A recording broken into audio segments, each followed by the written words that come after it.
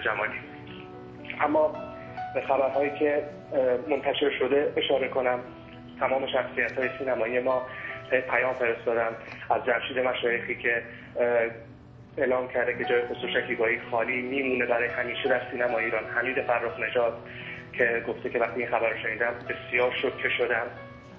حسن فتحی کارگردانی که قطعا میشناسید با میوه ممنوعه همه آشنا دارن، کارگردان این کار گفته من حسرت کار کردم با شکیبایی در دلم باقی مونده.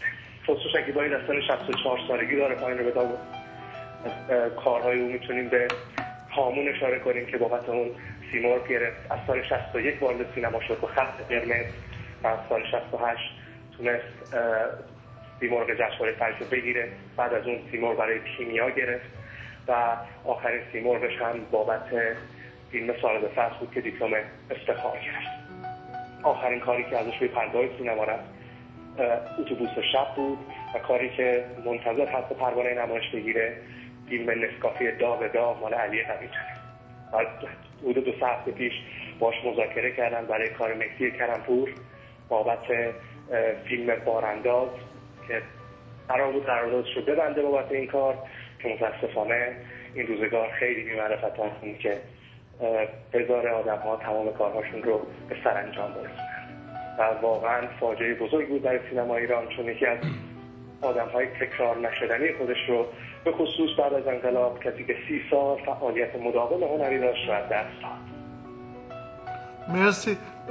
یه چند تا عکس دیدم که مثل که دوستان ما این عکس‌ها رو تهیه کرده بودن و بچه‌ها بابک عزیز، بابک قورچیان مثل که در مقابل منزل آقای شکیبایی اونجا رفته بودن و اون عکس‌ها رو تهیه کردن. من میدم پدر شما هم از امروز اونجا بودش، در منزل آقای شکیبایی بودن و فضا به چه صورتی بودش؟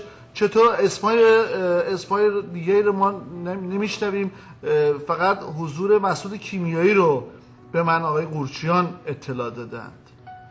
بله، از ساعت‌های مختلف آدمای زیادی اومدن اونجا. پدر منم اونجا بود. خب پدر من 2 تا کار تلتئاتر با خسرو شکیبایی کرده بود. آخرین کاری که کرده بود و منم با اینکه سن کمی داشتم یک مصاحبه با خسرو شکیبایی کردم به نام سریال در کنار هم بود با فتحی اویسی، مهران معین‌سرابی و اونجا بازیگرای زیادی بودن.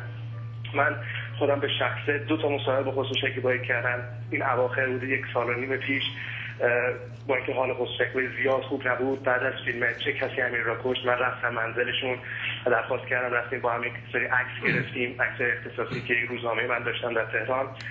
به فوق‌العاده آدمی بود، یک سوپر استار به تمام معنا که همیشه سر هر فیلمی که میرفت میگفت من نمیدونم موقعی که جوان بودیم میگفتن که ما باید اولین نفر بریم جلوی دوربین به خاطر که احترام به پیشکسوتا بذاریم. الان هم که پیری میگن شما برید به خاطر که جوان از شما یاد بگیرن. ما نفهمیدیم بالاخره ما کی باید بریم جلوی دوربین. این چیزی بود که خسرو شکیبایی 1 بار من گفت و همیشه آویزه گوشم شد. خیلی خیلی خیلی آدم خوبی بود، در کنار اونی که هنر خیلی خوبی داشت، صدای خوبی داشت، بازی خیلی خوبی داشت، صاحب سبز بود. خیلی من به شخص ناراحت شدم و خیلی سیل عظیم مردم میدونم با خود شکیبایی زندگی کردن. اون صدای جاودانش، خب اون صدای پای آب سهراب و این تیتری که من حالا واسه مجله تپش انتخاب کردم واسه مطلبم با تمام شکیبایی خسرو سینما ایران هم رفت. من تسلیت میگم باز از سر تا خودم تلویزیون تپش به خانواده شکیبایی، پسر گلش، دختر گلش و امیدوارم که نمیتونم بقای عمر بازمانده ها باشه، ولی این تسلیت برای تمام مردم ایرانه چون یک بزرگمردی رو تو سینما ایران دست داد. سام عزیز، مراسم خاکسپاری به چه صورتی هستش؟ قبل از اینکه از شما خداحافظی کنیم.